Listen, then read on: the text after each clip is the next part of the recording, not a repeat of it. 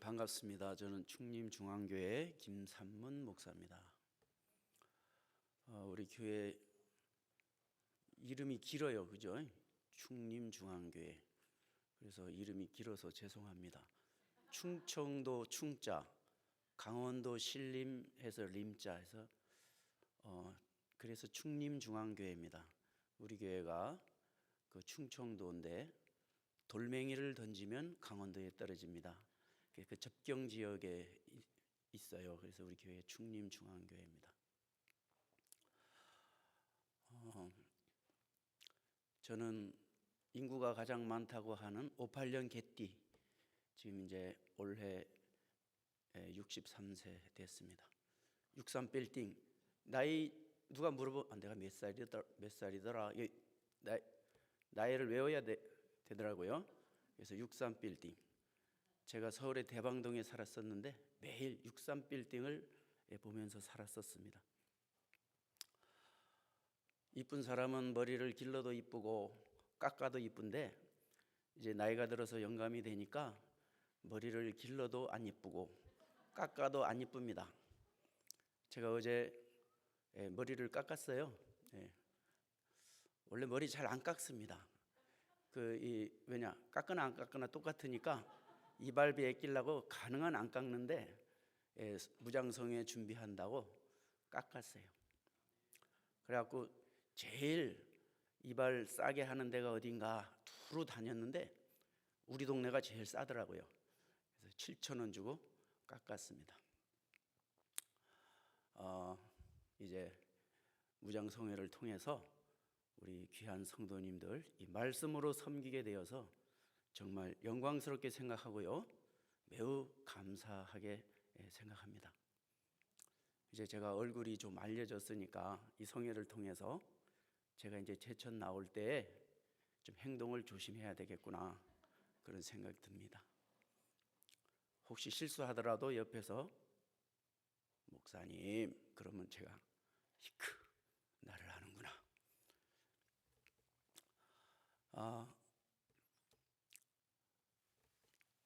오늘 35절 말씀부터 보겠습니다.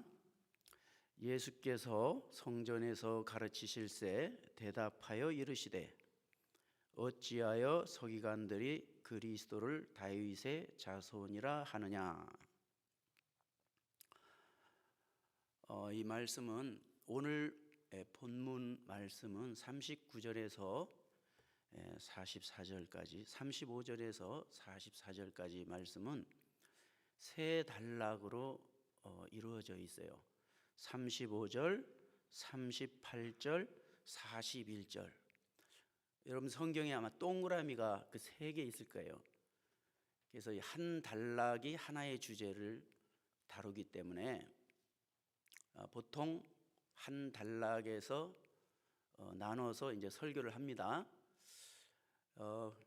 그런데 이제 무장성회 설교해야 된다고 우리 김정일 목사님 전화 주셔서 한 이틀인가 지나서 이제 본문을 달라고 그래가지고 그 전에 설교했던 거 중에 뭘 하면 좋을까 해서 이제 이 오늘 말씀을 드렸어요.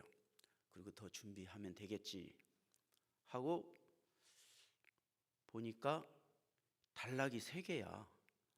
보통 한 단락을 가지고 한 주제로 설교를 해야 되는데 두 단락도 아니고 세 단락이야.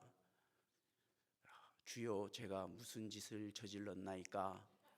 이 세 단락으로 어떻게 하나의 주제로 말씀을 전해야 되나. 그 전에는 아마 서기관에 대한 지적인 부분에 대한 책망, 정서적인 부분에 대한 책망, 의지적인 부분에 대한 책망, 아마 그렇게 해서 설교를 했었던 것 같아요. 근데 무장성회인데 그런 설교는 약하고 그래서 이제 이 설교를 좀 더 깊이 다뤄야 된다, 그렇게 생각하면서 이 본문을 정했었습니다. 그래서 우리 성도님들은 관전 포인트가 있는 거죠. 자, 이 본문을 가지고 어떻게 하나의 주제로 논리를 펼쳐갈 것인가, 그렇게 이제 생각하면서 들으시면은 더 재미가 있지 않을까 싶어요. 저는 어디 가서 설교를 들어도 항상 그 본문을 보고 이 성경 본문에서 저 설교자가 과연 무슨 논리를 펼쳐 나가고 있는가, 그것을 보면서 은혜를 받습니다.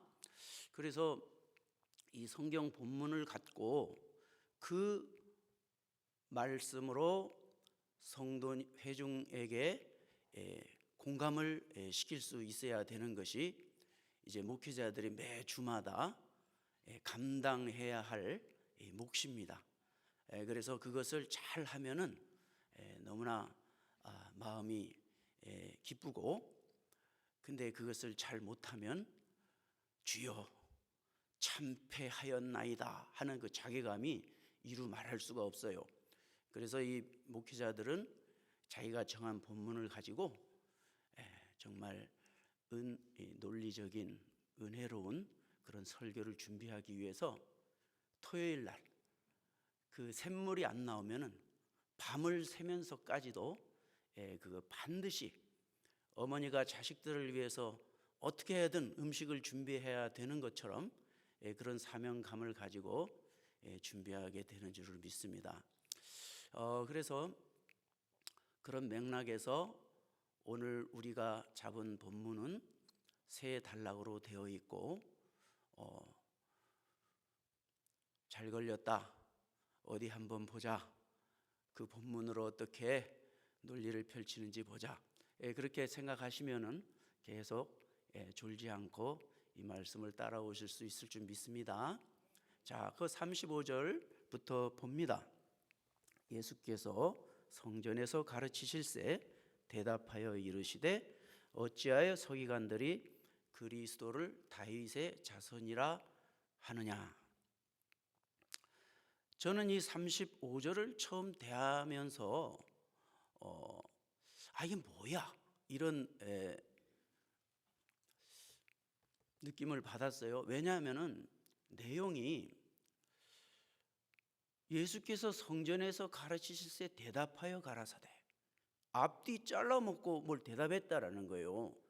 누가 뭘 질문했고 뭐에 대해서 질문을 했는데 예수께서 어찌하여 서기관들이 그리스도가 다윗의 후손이라 하느냐라고 대답하셨다, 이렇게 이야기를 해야 이게 이제 문장이 맞는 건데, 그냥 가르치실새 대답하여 가라사대, 그 앞에 전 문맥을 봐도 내용이 없어요. 그래서 일반 책에서는 이런 식으로 글을 쓰는 법이 없습니다. 그런데 성경이니까 모든 게 허용이 되는 것이죠. 그래서 이상해서 저는 원래 개역 한글 성경을 봐요. 우리 성도님들 개역 개정 성경 새로 사라고 하기도 그렇고, 그래서 우리 교단에서는 개역 한글 성경 오케이, 개역 개정 성경 권장, 그래서 둘 다 허용이 되는데 개역 개정 성경을 봤는데도 달라진 게 없어요. 가라사대를 이르시되 하느뇨, 그것을 하느냐. 그래서 이상한데 개역 개정 성경도 이 부분에 대해서 뭐 다스려주지 않았구나. 그래가지고 현대인의 성경을 봤어요. 봤더니 거기서는 뭐라고, 예수님은 성전에서 가르치실 때에 이렇게 말씀하셨다, 그러면서 시작하는 거예요. 깔끔하게 처리가 돼 있어요. 그럼 그렇지, 이렇게 해야 말이 되면서 정확한 표현이 이루어지는 것이지. 그래서 가끔 성경을 읽으면서 어색한 구문을 만날 때 이해가 잘 안 되면 현대인의 성경을 보기도 합니다. 그런데 현대인의 성경이 우리 교단에서는 그렇게 좋은 성경으로 치지 않습니다. 번역이 그렇게 훌륭하지가 않다. 그런데 오늘 요 35절 말씀을 보면은 그걸 확인할 수가 있어요. 왜냐? 자, 예수님이 성전에서 가르치실새 대답하여 가라사대. 자, 이 가르치실 때 예수님이 대답하셨다라는 말씀 속에 어떤 실마리가 암시되어 있어요? 뭐냐? 예수님이 성전에서 가르치실 때에 회중에서 질문을 했구나. 무엇에 대해서 질문을 했을까?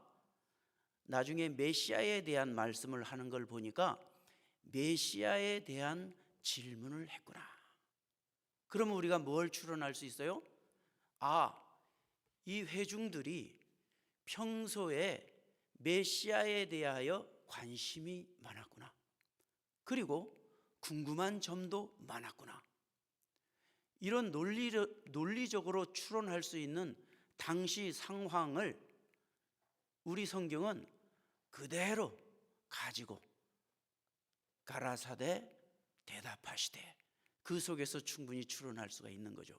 그런데 현대인의 성경에서는 뭐라고 되어 있다고요? 예수님은 성전에서 가르치실 때 이렇게 말씀하셨다. 그래서 그러한 정보가 차단되어 있는 거예요. 그래서 깔끔한 것만이 다 좋은 것이 아니구나. 그러면서 오늘 35절 말씀을 통해서 이스라엘 백성들이 예수님이 성전에서 가르치실 때 그냥 메시아에 대한 말씀을 들어라 하고 설명한 것이 아니라 회중이 관심을 갖고 질문을 했고 그 질문에 대해서 예수님이 대답을 하셨다. 이게 뭐 의미가 있느냐? 의미가 있습니다. 이스라엘 사람들은 늘 마음속에 메시아 대망 사상을 가지고 있었다. 메시아 대망 사상을 가지고 있었다. 그런데 문제는 그들이 가지고 있는 메시아 대망 사상이 하나님이 말씀하시는 메시아상이 아니었다. 그래서 예수님이 그것을 밝혀주기 위해서 지금 말씀하고 계시다라는 것입니다.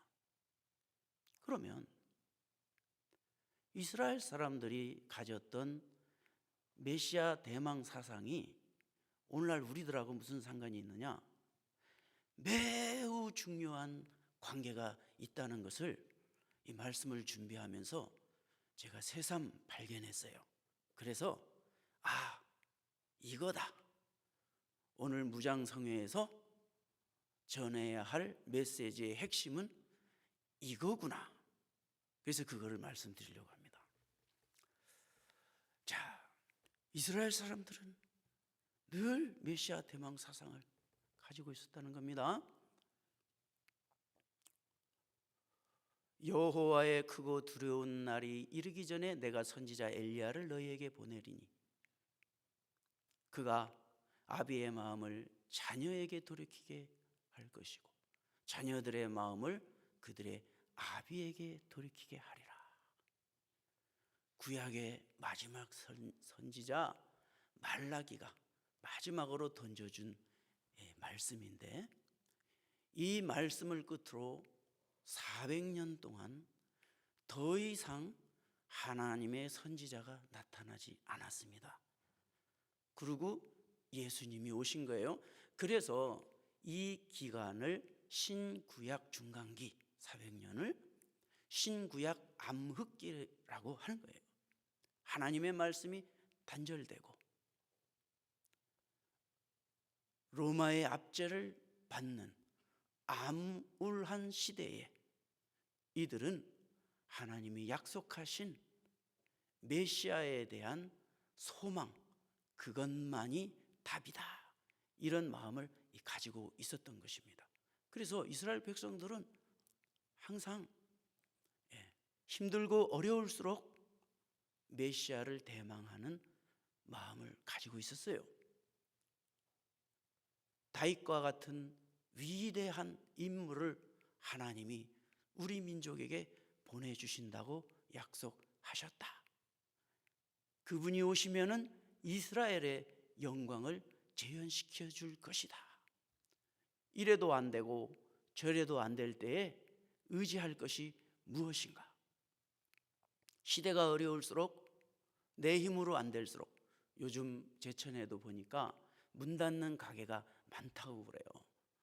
열심히 일을 해도 안 될 때 로또만이 정답이다, 뭐 그렇게 간판 써 있는 거 봤어요? 로또는 안 되죠. 800만 분의 1입니다. 내가 계산을 해보니까 1년 52주 10년 동안 사도 520주, 100년을 사도 5200주밖에 안 돼요. 그러면 5200대 1이면은 해볼 만한데 800만 분의 1이야. 그러니까 개인적으로는 안 되는 거예요. 답이 없어요. 이 시대는 답이 없기 때문에 우리 자녀들이 참 어려운 세대를 살아가고 있어요. 왜냐? 평생 일하고 돈을 벌어도 집을 살 수 있는 돈을 마련할 수가 없는 거예요. 왜? 집값이 막 올라서. 그래서 부모들이 미리 땅을 사고 집을 사가지고 가지고 있어서 물려주면은 본전이 되는데, 부모들이 이제 그런 재주를 부리지 못했으면은 절망인 거예요. 그런데 부모가 다행히 집도 있고 땅도 있어. 근데 어디 가셨어? 돌아오시기만 하면은 집을 물려줄 거야. 그러면 어떡하겠어요? 우리 아버지만 오면 되는데, 우리 아버지만 오면 되는데, 힘들고 어려울수록 우리 아버지만 오면 되는데, 그런 마음을 갖는 거예요. 왜? 이게 이 세상에 살아가는 문제이기 때문에, 세상에 살아가는 문제와 결부될 때는 절실합니다. 메시아 대망 사상이 바로 그겁니다. 하나님의 약속이긴 하지만 이스라엘 백성들이 그렇게 신앙이 좋아서 전부 다 한결같이 메시아 대망 사상을 가진 게 아니라, 하나님이 분명히 보내주신다고 그랬다. 분명히 보내주셔서 그분이 오시면은 과거 이스라엘의 영광을 재현시켜 준다고 그랬다. 그분이 오시면은 내가 지금 겪고 있는 현실적인 모든 문제를 총체적으로 민족적으로 해결해 줄 수 있는 분이다. 그러니까 그 메시아 대망 사상에 전부 다 힘들고 어렵고 길이 안 보일수록 메시아 대망 사상을 우리가 가진 본능적인 세상에 대한 욕구와 합쳐져서 강력한 의식 속에 뿌리 박혀 있는 거예요. 그런데 하나님이 약속한 그 메시아의 상은 그 상이 아니었어요. 근데 그게 매우 진리의 말씀을 왜곡시킨 그러한 잘못된 메시아 상이 그들의 신앙을 나중에는 아무리 진리의 말씀을 가지고 와도 받아들이지 못. 지금도 메시아를 그들은 기다리고 있어요. 그래서 이들은 메시아 대망 사상을 가지고 있었는데, 여호와께서 나와 같은 선지자 하나를 일으키시니 너희는 그들을 들을지니라. 모세가 이스라엘 백성들에게 여호와께서 나와 같은 선지자를 또 하나 일으키신다는 약속을 주신 거예요. 이스라엘 사람들이 가장 위대한 인물로 꼽는 사람이 모세입니다. 구원자의 이미지를 가지고 있어요. 이스라엘을, 애굽의 종되었던 이스라엘을 구원시킨 사람이 모세니까 구원자의 이미지를 가지고 있고, 엘리야는 산채로 하늘로 올라갔어요. 그래서 엘리야를 다시 보낸다고 할 때 그럴듯한 약속으로 들을 수가 있어요. 그래서 모세도 오실 그리스도를 구원자에 예표하는 인물이요, 엘리야도 하늘로 올라간 엘리야도 예수님을 예표합니다. 율법의 상징 모세와 선지자의 상징 엘리야. 율법과 선지자는 성경이잖아요. 당시 신약 성경이 없었으니까. 그래서 성경이 다 누구를 증거하고 있다? 예수님을 증거하고 있다. 그리스도를 증거하고 있다. 그래서 변화산에서 예수님이 모세와 엘리야를 만나서 대화를 할 때 누가 주도적으로 대화를 했을까요? 예수님의 모세와 엘리야가 예수님을 증거하며, 그래서 나와 같은 선지자 하나를 일으킨다고 할 때에 그리스도를 보내주신다는 말씀이고, 선지 엘리야를 보내주신다고 할 때에 예수님 보내주신다는 그 말씀이었습니다. 그런데 이들은 다윗 왕과 같이 위대한 왕을 보내주실 것이다. 그래서 이 엘리야 메시아 대망 사상을 가지고 있었어요.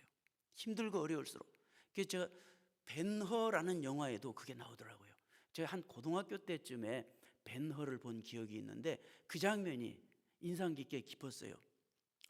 그 벤허로 그 찰턴 헤스턴이 나오잖아요. 주다 벤허 아주 멋있게 나와요. 훌륭한 인물로 나오죠. 그때 돈이 많은 유대 부자가, 눈도 둥글둥글하고 뚱뚱하게 생긴 유대 부자가 그 자기의 돈을 투자해서라도 유대인의 자존심을 회복시키고자 주다 베너를 마차 경기로 등장을 시킬 때에 그가 이제 주다 베너를 보니까 너무 사람이 평범한 사람이 아니라는 것을 보았을 때 당신이 그니까 묻는 거예요.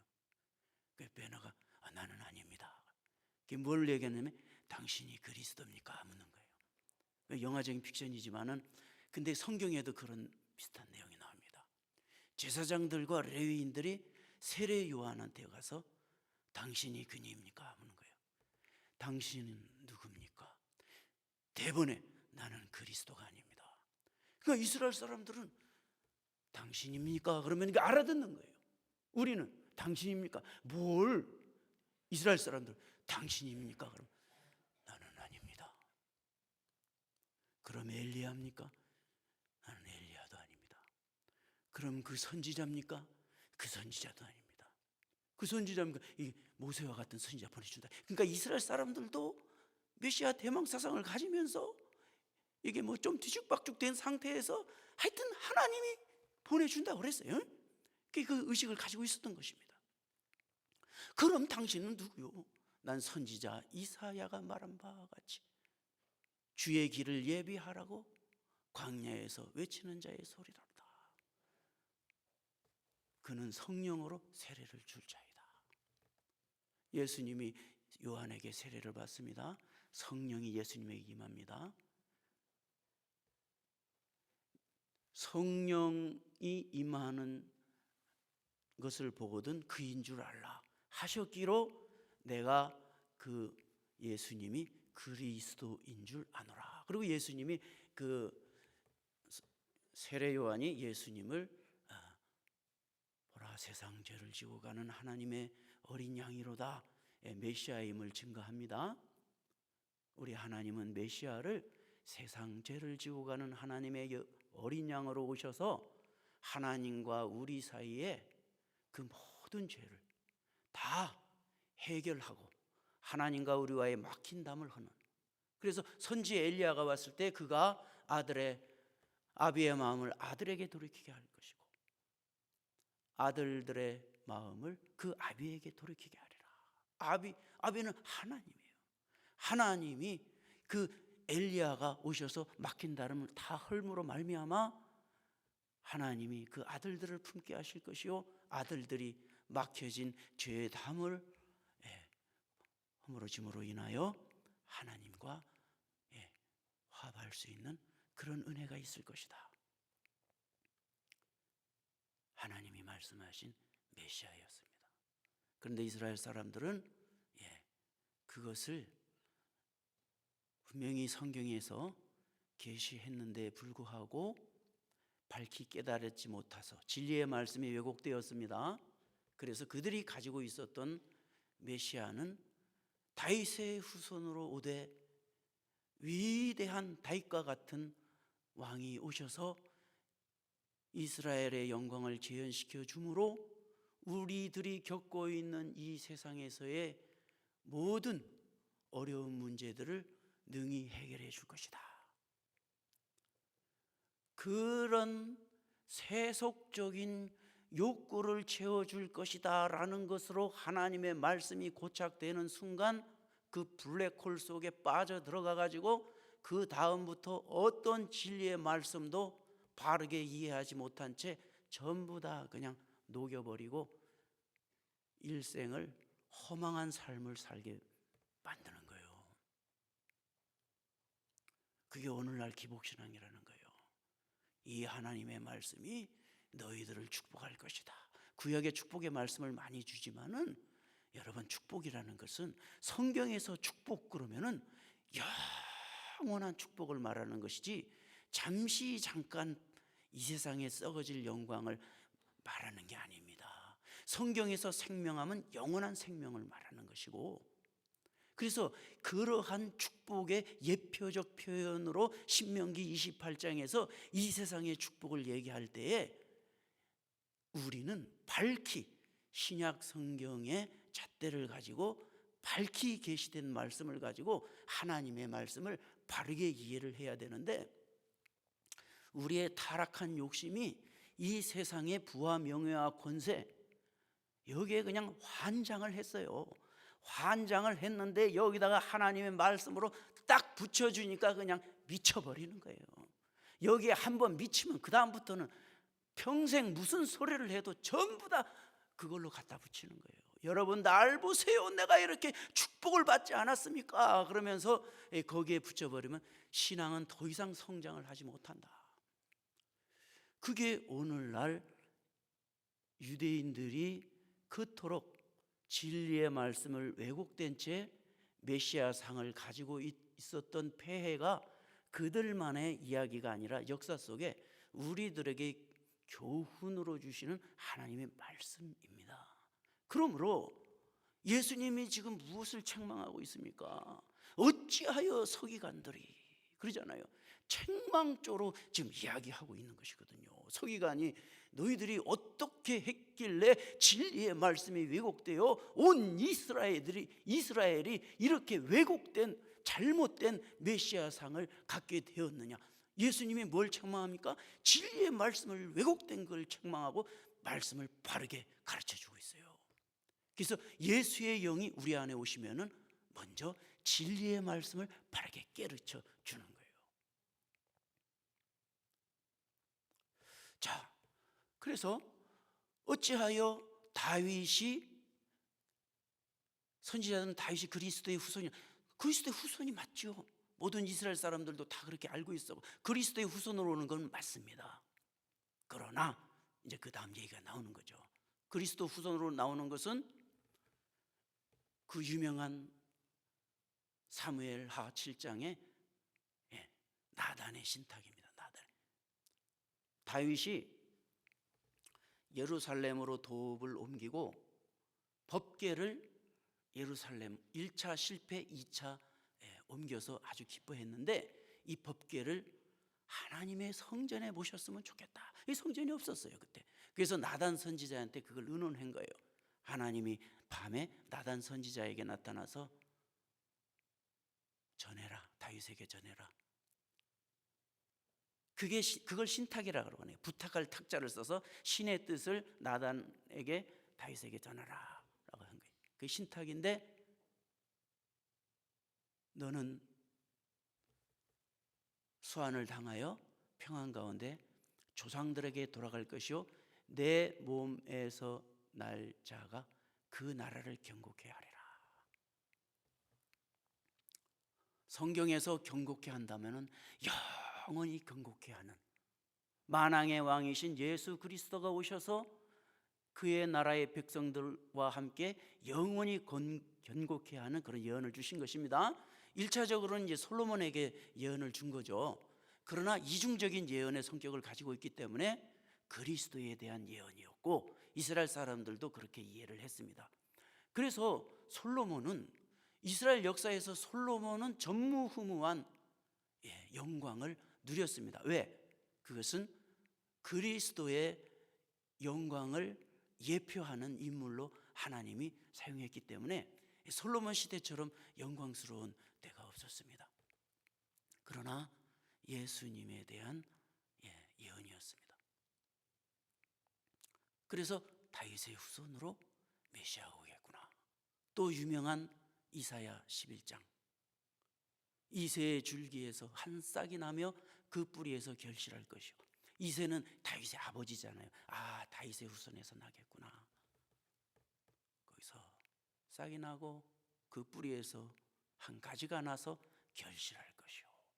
성경에서 결실한다고 그러면은 이거는 성공적으로 영원한 생명을 가진 자들을 결실시킬 것을 말씀하는 것이죠. 그래서 여호와의 신, 곧 지혜와 총명의 신이요, 모략과 재능의 신이요, 지식과 여호와를 경외하는 신이 그 위에 강림하시리니. 여호와의 신은 성령이잖아요. 성령이 예수님이 세례 요한에게 세례를 받고 물에서 나올 때 강림하셨잖아요. 그 성령입니다. 그 성령이 임하면 지혜와 총명의 신, 하나님을 아는 지혜와 총명의 신이 우리 안에 충만하게 돼서 하나님의 뜻을 밝히 알고 바른 믿음의 길을 가게 해주는 것이죠. 그래서 진리의 말씀이 왜곡되지 않고 바른 믿음을 갖게 하는 것이 우리 예수님이 오셔서 책망하신 일이고, 성령님이 예수의 영이 성령님이니까 우리가 성령 무장이잖아요. 그 성령의 도움을 받아서 우리가 바른 신앙을 가질 수 있도록, 바른 믿음을 가질 수 있도록 하나님을 밝히 아는 지혜와 총명의 신이 우리 안에 충만케 하여 주셔서 진리의 말씀을 밝히 깨달아 바른 믿음을 갖게 하여 주시옵소서.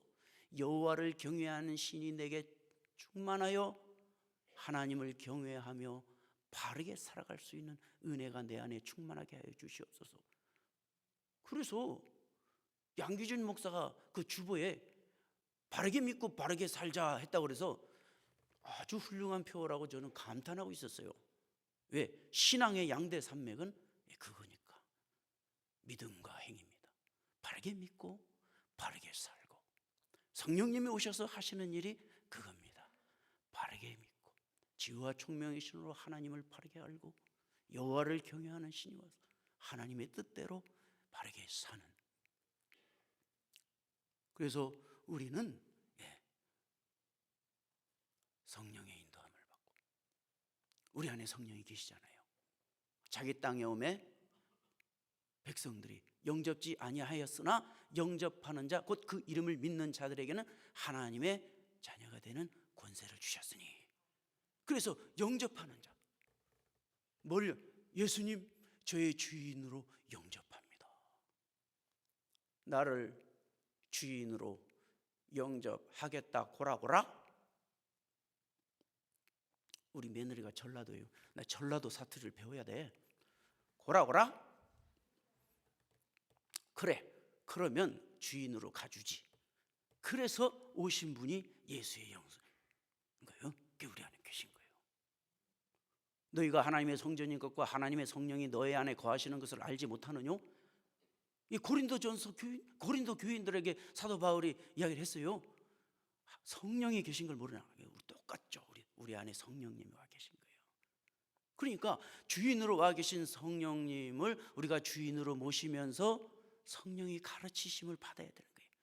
가정교사가 와 계셔. 근데 공부 안 하면 가르쳐 주나? 공부 안 하면 가르쳐 주지 않아? 공부해야 가르쳐 주는 거예요. 그러니까 성경을 읽고 기도를 하고 말씀대로 살려고 할 때에 영감을 주시는 거예요. 성령님이. 주인 대접을 해야지. 주인 대접 안 하고 맨날 다른 것만 하면은 주인을 모셔다 놓고 무시하는 게 돼버리, 역사를 안 하는 거예요.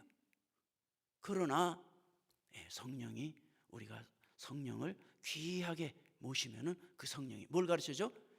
진리의 말씀을 밝히 깨달을 수 있는 은혜를 주고 그 말씀대로 살아갈 수 있는 이 능력을 주시는 줄 믿습니다.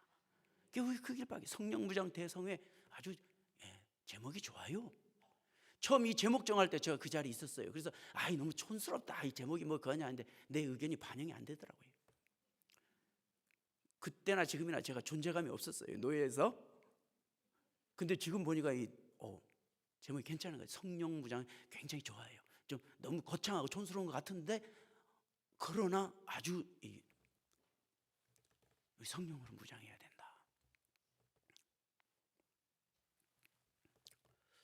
자, 계속 나갑니다.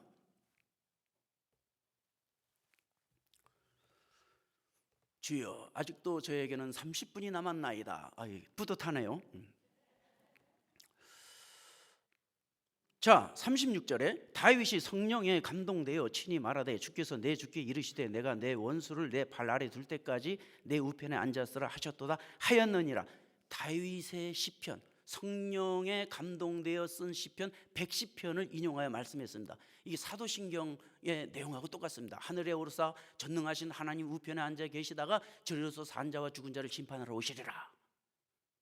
우리 예수님이 하늘에 올라가서 하나님 우편에 앉아 계시다가 거기서부터 산자와 죽은 자를 심판해 주러 오신다는 고백을 우리가 하잖아요. 그것을 지금 37절에서 이야기하는 것입니다.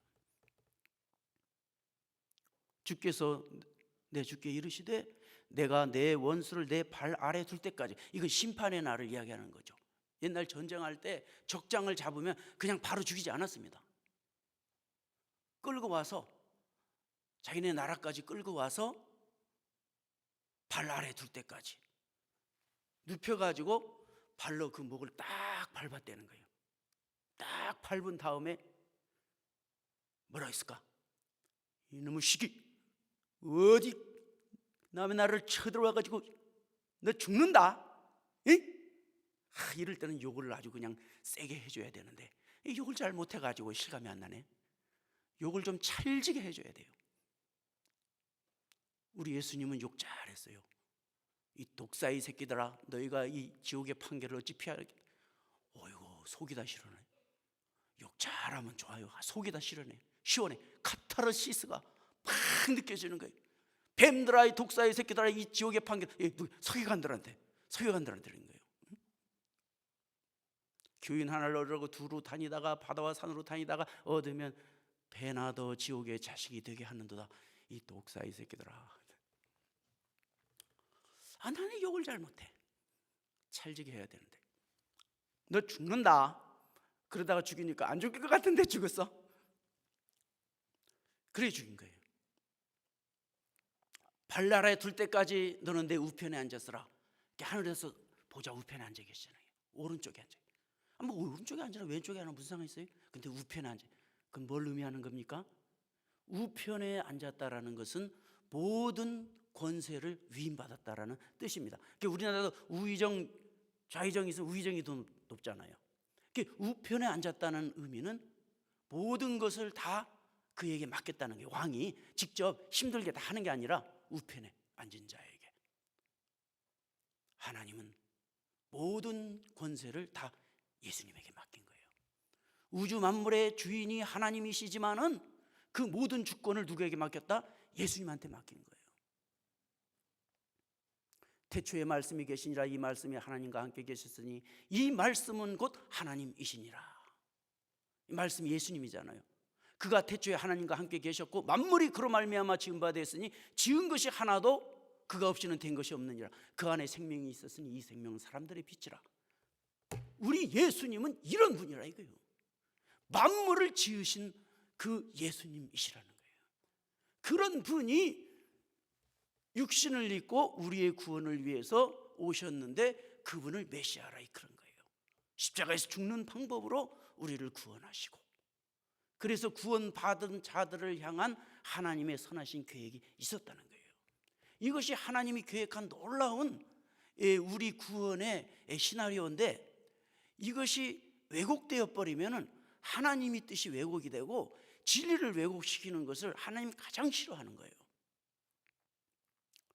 그런데 이단들은 진리를 왜곡시켜서 사람들로 하여금 평생을 허망한 삶을 살게 만드는 거죠. 자, 그래서 다윗이 다른 사람도 아니고 다윗이 그렇게 고백을 하지 않았느냐?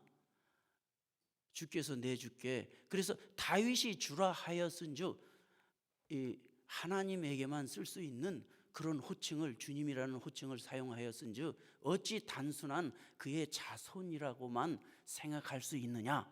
백성들이 즐거이 듣더라. 제 성경에는 백성들이, 여러분 성경에는 사람들이 즐거이 듣더라. 맞아. 뭐야, 서기관들은 뭐야, 이런 얘기도 안 해주고, 아이고 뭐 큰 소리만 치면 다야 서기관들.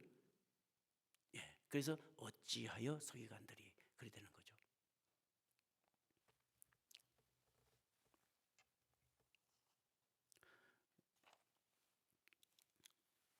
서기관을 책망하고 있고요.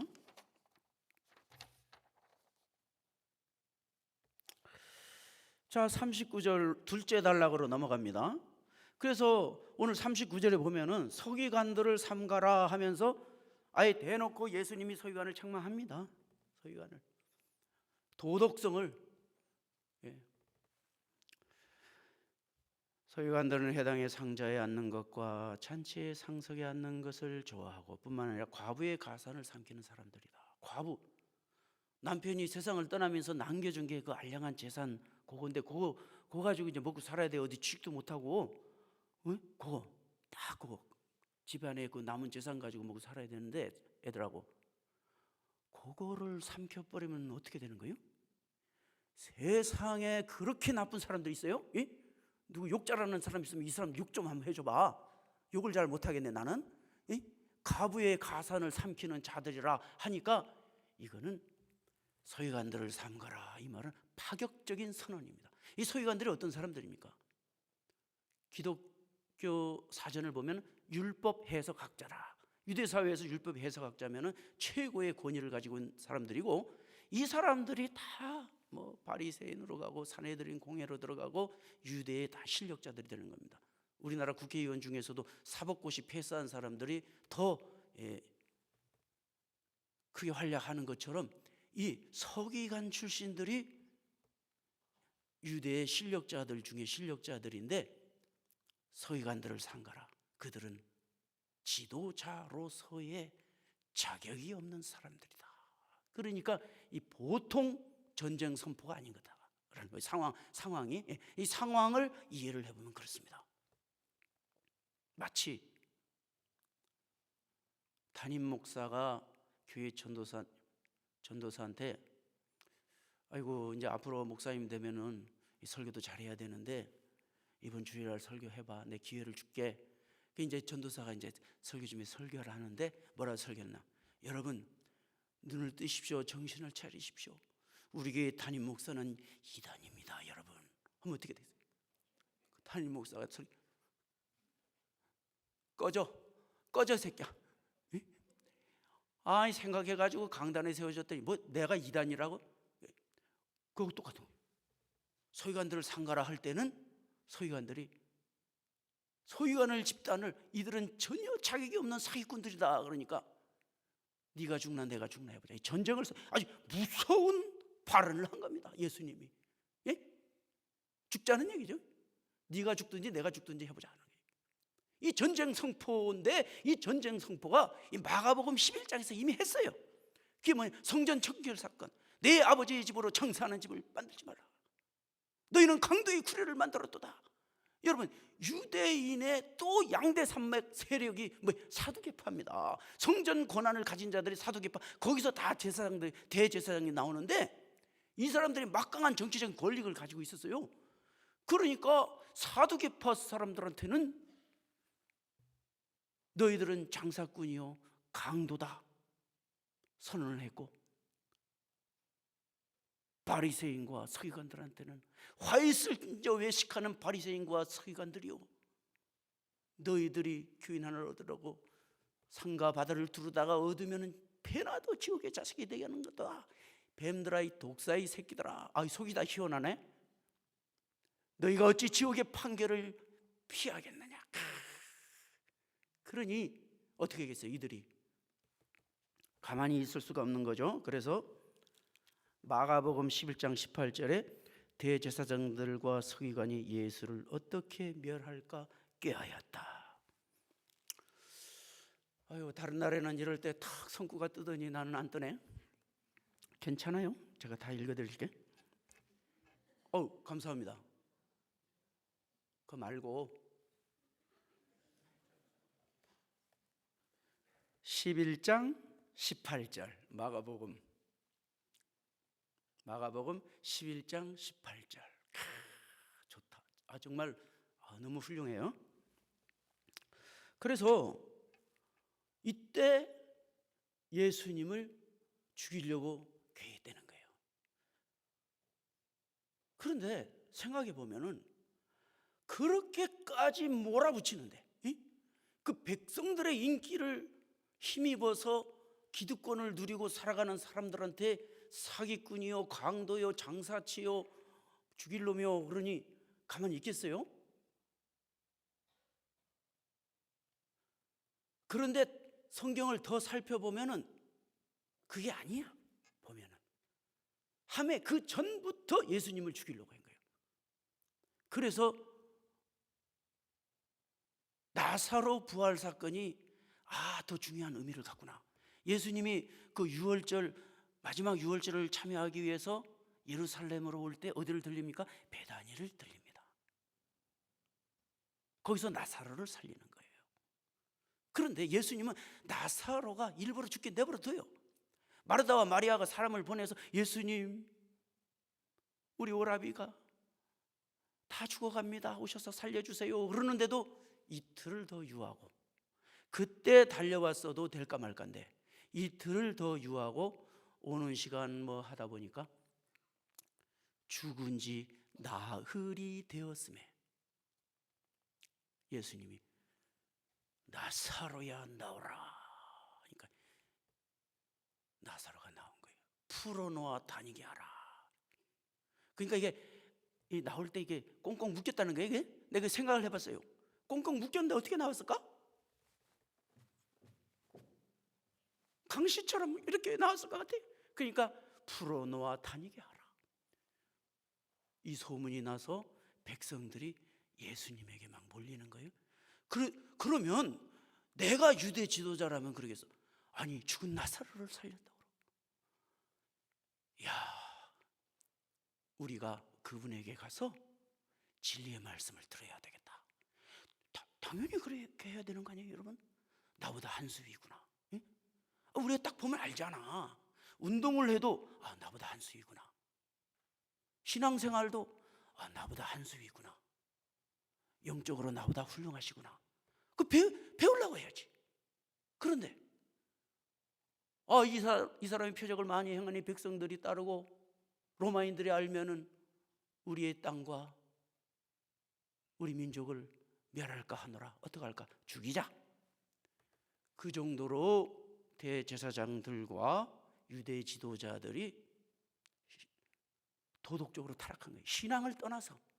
신앙 하나님 안 믿는다 하더라도 사람은 기본 양심이 있을 텐데 도덕적으로 윤리적으로 어떻게 타락을 했으면은 그런 생각을 했을까? 죽이자.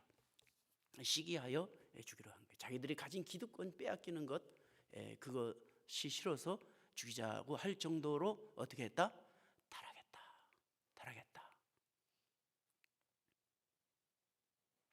타락했는데 뭐 그게 우리하고 무슨 상관? 다 상관이 있어요. 다 상관이 있어요. 여러분, 다 상관이 있어요. 성경은 상관이 없으면 이야기할 필요가 없죠. 그놈 나쁜 사람이었대요로 끝나면. 근데 이 대제사장과 서기관 바리새인 이 사두개인 이 사람들의 이 죄상을 들어보면은, 그러고도 예수님을 죽였잖아요. 이 사람들 용서할 수 없는 사람들이에요. 이 누구 얘기입니까? 근데 이게 우리들의 얘기입니다, 여러분. 우리들의 얘기예요. 우리가 원래 그런 사람들이었다는 얘기예요. 이 세상이나 세상에 있는 것들을 사랑치 말라. 누구든지 세상을 사랑하면 아버지의 사랑이 그 속에 있지 아니하니 이 세상에 있는 것은 모두 육신의 정욕과 안목의 정욕과 이생의 자랑이니 다 아버지께로 쫓아온 것이요 세상으로 쫓아온 것이다. 이 세상도 그 육신도 가되 오직 하나님의 뜻을 행하는 자는 영원히 거하리라. 세상을 쫓아가는 사람들은 다 그렇다는 거예요.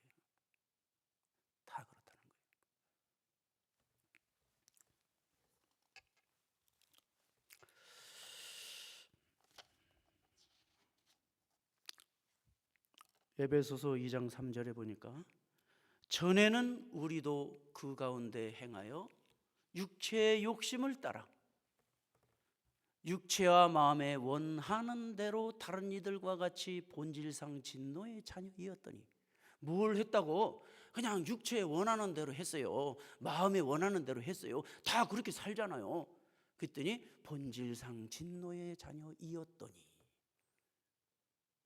그러니까 우리들의 모습이었구나. 우리가 저랬구나. 그런데 너희가 그 은혜로 인하여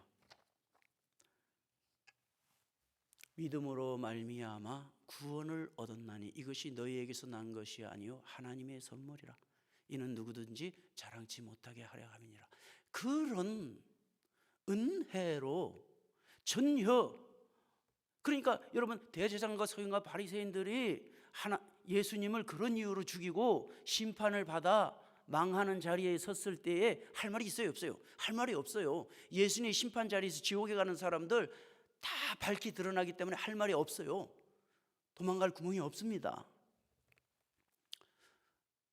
그런데 하나님이 그런 우리들을 멸망할 자들 가운데에 일부를 택하여 구원하여 주셨으니, 그게 선물 받은 거예요. 우리는 아이고 얼마나 고맙지. 응?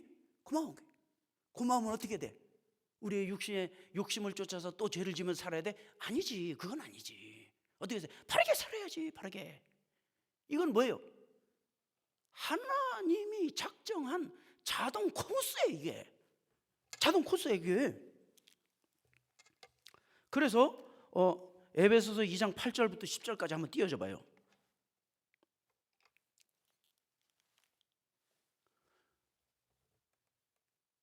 10절까지. 10절. 예, 감사합니다.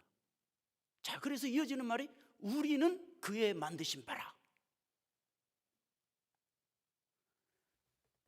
태어나서 어디로 가? 지옥으로 가. 예수님이 만들어주지 않으면 다 지옥으로 가는 거예요. 우리는 대제사장과 서기관과 바리새인들과 똑같아요. 우리가. 그게 우리 얘기라 이게요. 그런데 그리스도 예수 안에서 선한 일을 위하여 지으심을 받은 자니, 그리스도 예수 안에서 아무런 구원받을 이유가 없는 나를 구원해 주었으니 이제부터 내는 내 육신의 욕심을 쫓아 마음에 원하는 대로 사는 것이 아니라 성령의 인도하심을 받아서 바르게 살아야지. 그걸로 가야 돼, 안 가야 돼? 그걸로 가게끔 돼 있는 거예요, 프로그램이. 그래서 선한 일을 위해서 지음을 받은 자니. 그래서 신앙의 양대 산맥이 믿음과 행위라는 말이 잘못된 말이에요? 맞는 말이라는 얘기가 바울 서신에서도 나오는 거예요. 행위로 구원받는 것은 아니지만 믿음을 가진 자들은 반드시 죽은 믿음으로 구원을 받는 게 아니라 살아있는 믿음, 살아있는 믿음의 증거는 그 믿음으로 말미암아 내 인격이 변화를 받으면서 점점 하나님의 형상을 회복되어 가는 모습으로 변화되어 갈 때 그 믿음이 살았다고 하는 거예요. 나더러 주여 주여 하는 자마다 다 내게로 올 것이 아니요 아버지 뜻대로 행하는 자라 되리라. 그때 많은 사람들이 나여 우리가 주의 이름으로 선지자였다며 주의 이름으로 귀신을 쫓아내며 주의 이름으로 많은 권능을 행치 아니하였나이까 내가 너희를 도무지 알지 못하니 불법을 행하는 자라 내게서 떠나라. 열매가 뭡니까? 선지자 노릇하고 귀신을 쫓아내고 권능을 행한 것이 아니라 성령의 감동으로 내가 구원받은 하나님의 자녀로서 이제 선하게 살아야지. 그 세미한 성령의 음성을 듣고 딱 돌아가는 거예요. 그 열매입니다. 그게 성령의 음성을 성령의 음성 잘 듣고 다 마음은 이쪽으로 가는 거예요. 마음은 이쪽으로 가는데 성령이 나를 이렇게 인도할 때 들으면은 뭐예요? 그때 뭘 느낄 수 있어요, 여러분? 내가 구원의 프로그램에 들어온 거는 맞구나. 그걸 느낄 수 있는 거예요. 아니면 몰라. 구원 받았는지 안 받았는지 목사님이 봐도 몰라. 목사님이 봐도 모르고 본인이 봐도 구원을 받았는지 안 받았는지. 여러분, 구원을 놓고 모험할 거예요? 아니지. 여러분, 구원받았다고 생각하는데 나중에 심판에 가서 지옥에 갈 사람들 있어요, 없어요? 있지. 이거 쭉중이라고 그러죠. 쭉중이. 이게 이 사람들 주여 주여 하는 자마다 주여 주의 이름으로 다 그런 사람 있다는 거예요. 슬픈 일이죠. 그래서 예수님도 말씀하셨고 열매로 알려라. 야고보도 말씀하셨고 살아있는 믿음이라야 구원을 얻는다. 이게 우리 기독교 역사상 아주 오랫동안 그 쟁론이 되어 왔던 칭의론이고, 사실 아직까지도 이게 계속적으로 쟁론이 되고 있는 학자들 사이에는 그런 문제입니다. 행위를 강조하는 거냐, 어떻게 하자는 거냐, 이렇게 나오는 거예요. 믿음으로 구원을 받지만 믿는 자들의 징표 속에는 행위 측면이 있기 때문에 성경에서 행위를 강조하는 것이고, 그래서 사도 바울의 버전으로 볼 때에 선한 일을 위하여 지음을 받은 자니, 여러분 차가 갈 때 조용히 잘 가면은 잘 가는 줄 알겠구나, 내 천국 가겠구나 아는데 부릉부릉 이상한 소리가 나고 냄새가 나고 그러면 중간에 퍼질지 모르잖아요. 그래도 끝까지 가면 다행이지.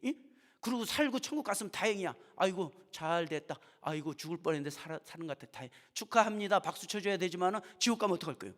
부릉부릉하고 냄새 나면 빨리 고쳐서 바르게 가야 되는데, 그런 차원에서 우리는 이걸 봐야 돼. 두렵고 떨림으로 너희 구원을, 행위로 구원받는다는 얘기가 아니지만은, 그러나 구원받은 자들에게 반드시 이러한 변화가 나타나기 마련인데, 이런 변화가 없을 때는 우리 자신을 돌아보아서 만에 하나 내가 쭉정이가 아니면 어떨까. 저도 가끔 그런 생각 들 때가 있어요. 내 쭉정이 아닌가 혹시? 사람은 다 그런 생각이 드는 거예요. 누가 알아? 하나님만 아시는데. 그런데 하나님 말씀을 통해서 볼 때 나에게 선한 열매가 나타나면 내가 구원의 프로그램 속에 들어가는 모양이구나. 바르게 믿고 바르게 살자. 믿음의 양대 산맥은 믿음과 행위이다. 그 행위로 검증하는 거예요. 왜 겁도 없이 마음대로 막 죄를 지으면서 폐역을 부리면서 살면은 말은 못해요. 당신 내 보장 못하는데. 그렇지만 겁나는 거죠. 지옥을 놓고 모험할 겁니까? 40분이네. 끝내겠습니다. 자, 그래서 그 이제 마지막 그 10절 후반부에 이 일은 하나님이 전에 예비하사, 하나님의 예정을 이야기하네요. 하나님이 예비했다는 거예요. 우리로 그 가운데서 행하게 하려 하심이니라.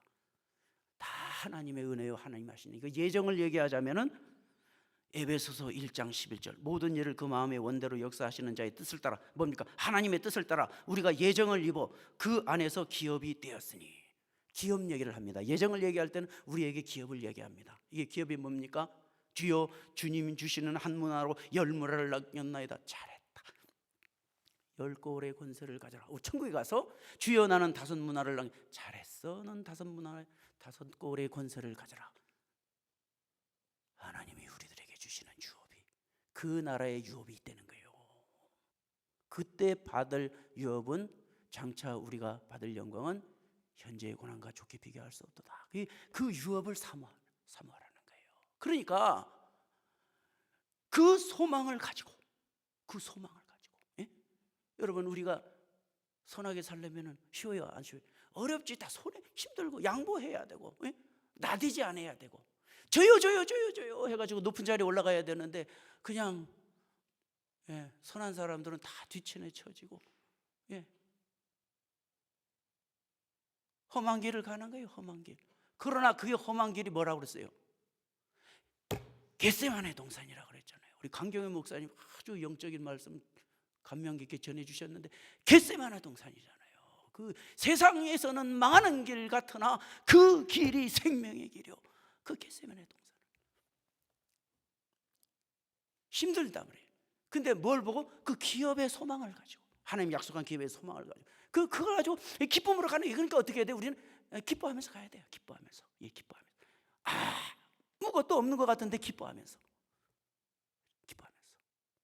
우리 김정일 목사님처럼 앞에 나와서 생글생글. 내가 계속 지난 주일 전부터 보니까 되게 생글생글되네. 왜 이렇게 생글거리나? 근데 연구해봤어요.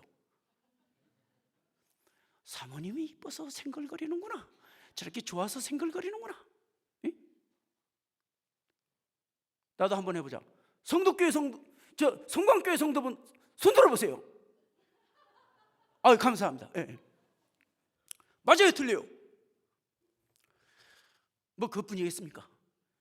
기업의 소망이 그 속에 있기 때문에 어떤 환경 속에서도 성도들이 잘해도 생글생글, 못해도 생글생글 기쁨으로 기뻐해야 돼요, 여러분. 어떠 되고 인성이야 이래 되는 거죠. 인상 쓰면 죽습니다, 여러분. 그 에스더서에 보면은 이 에스더가 그러잖아요. 아수에로 왕이요. 뭐래? 내가 적어왔어. 대적과 원수는 이 악한 하만이다. 야, 이렇게 찰지게 얘기를 해야 돼. 결정적이서 대적과 원수는 이 하만이다. 그러니까 아수에롱이 막 화가 나가지고 막 뒷꼬리 당겨서 이제 잔치를 나갔다 그랬어요. 열받아. 그러니까 하만이 이제 나는 죽었구나 그래가지고 에스더의 의자 위에 엎드러졌다. 에스더가 앉아있는데 거기 엎드러지면 어떻게 되는 거야 이게? 나중에 하수에로 왕이 와서 보니까 저놈이 왕후를 강간하는다. 그러니까 이게 하만의 얼굴이 어떻게 되겠어요? 우거지상이 됐지. 그러니까 신하들이 하만의 얼굴을 감쌌다 그랬어요. 죽이는 거는 기본이고 어따 대고 그런 얼굴을 우리 왕이 그 더러운 얼굴을 보게 하네. 얼굴.